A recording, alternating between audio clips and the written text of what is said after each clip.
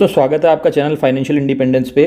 Presently दोस्तों बहुत ही अच्छी तेज़ी बनी हुई दिखाई दे रही है मार्केट में और लगभग सारे स्टॉक्स बड़े लार्ज कैप मिड कैप भागते हुए नज़र आ रहे हैं। उन स्टॉक्स में दोस्तों दो ऐसे स्टॉक्स आज हम डिस्कस कर रहे हैं जिनका हाल ही में आईपीओ आया था, लेकिन आईपीओ के बाद में पब्लिक उन स्टॉक्स को जनरली देखा जाए तो भूलती सी जा रही है और स्टॉक्स आज अपने लोअर लेवल पे नज़र आ रहे हैं। अगर हम बात करें यहाँ पहली कंपनी की दोस्तों देवयानी इंटरनेशनल, तो आपको पता होगा कि इसका आईपीओ 90 रुपीज़ पे आया था दोस्तों, अभी अगस्त 2021 में। इसका आईपीओ सब्सक्रिप्शन हुआ था 160 टाइम्स पे दोस्तों यहाँ पे, और इसके स्टॉक की प्राइस आईपीओ प्राइस ओपनिंग थी 90 रुपीज़ की उस समय पे, और यहाँ आपको स्टॉक जाता हुआ नज़र आएगा डे वन पे 140 रुपीज़ पे दोस्तों। लिस्टिंग में इसने बहुत ही अच्छे गेन थे, उसके बाद में कंटिन्यू यहाँ देखा जाए तो स्टॉक ने डाउन ट्रेंड लिया, फिर थोड़े से फ्लक्चुएशन के बाद में अब ये स्टॉक 113 रुपये के प्राइस पे यहाँ आपको मिल रहा है। तो दोस्तों मैं आपको बताना चाहता हूँ,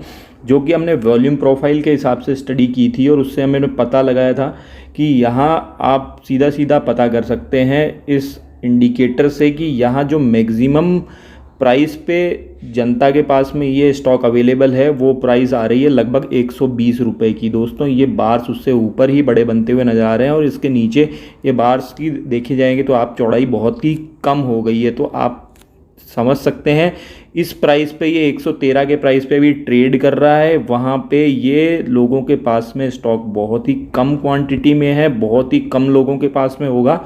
और दोस्तों इस समय अगर आप देखें तो ये लगभग इसी लेवल पे ऑलरेडी एक बार अपना बॉटम बना के अब ट्रेजेक्ट्री ले चुका है। तो दोस्तों यहाँ से पॉसिबिलिटी है कि अच्छे गेन आपको शॉर्ट टर्म में बना के दे दे, इसलिए आप इस स्टॉक पे नज़र बना के रखिएगा। आपको पता होगा कि देवयानी इंटरनेशनल दोस्तों यम ब्रांड्स की फ्रेंचाइजी के अंडर में यहाँ पे देखा जाए तो pizza hut, KFC, taco bell, costa coffee इसके अंडर में ऑपरेट करते हैं। इसके अलावा Vaango, masala tweets, food street भी इसके अंडर में ही आते हैं दोस्तों। और सिर्फ ये इंडिया में ही नहीं, देखा जाए तो नाइजीरिया में, नेपाल में भी इसके इंटरनेशनल बिजनेस है जो भी सेम इसी कंपनी के अंडर में आते हैं। तो ये बहुत ही अच्छी कंपनी है, एक मिड कैप साइज़ की कंपनी है, नज़र बना के रखिएगा दोस्तों। अभी मुझे लग रहा है कि यहाँ से बॉटम बन चुका है कंपनी का और यहाँ एक अच्छा गेन आपको मिल सकता है। दूसरी कंपनी डिस्कस कर लेते हैं दोस्तों, बैक्टस फूड। दोस्तों बैक्टस फूड की अगर बात करें तो आपको पता होगा इसका भी आईपीओ हाल ही में दिसंबर 20 में आया था दोस्तों,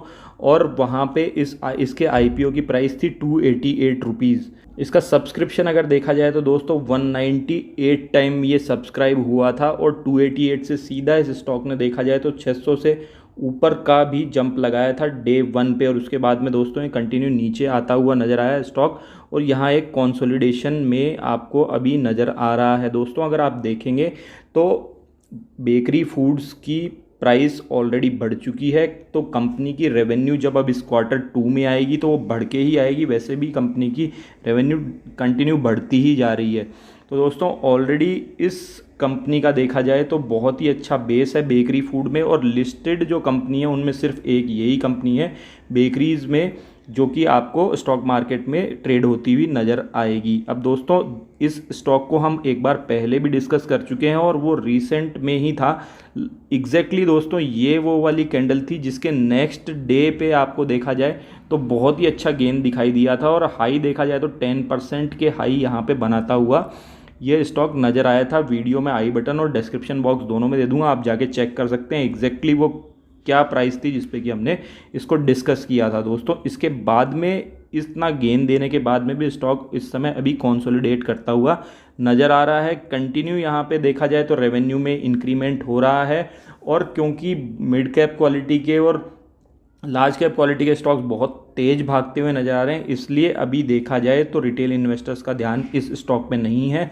बट दोस्तों मैं आपको बता रहा हूँ इस स्टॉक की Q2 की रेवेन्यू डेफिनेटली बढ़ के आएगी और वहाँ पे इसमें आपको बहुत ही अच्छा जंप आता हुआ नज़र आएगा। दोस्तों दोनों स्टॉक्स मैंने डिस्कस किए, देवयानी इंटरनेशनल और बैक्टस food. Devyani mid cap quality का स्टॉक है और बैक्टस फूड यहाँ स्मॉल कैप क्वालिटी का स्टॉक है। अगर आपको लगे कि ये अच्छे दाम पे मिल रहे हैं तो आप अपने फाइनेंशियल एडवाइज़र से एडवाइस ले सकते हैं और अकॉर्डिंगली आप इन दोनों स्टॉक्स में प्रेजेंटली इन्वेस्ट कर सकते हैं। दोस्तों किसी भी तरह की फाइनेंशियल इश्यूज़ पे क्वेश्चन क्वेरी कमेंट सेक्शन में डालिए, मैं उनका रिप्लाई ज़रूर करूँगा। बने रहिए आपके अपने चैनल फाइनेंशियल इंडिपेंडेंस के साथ। धन्यवाद।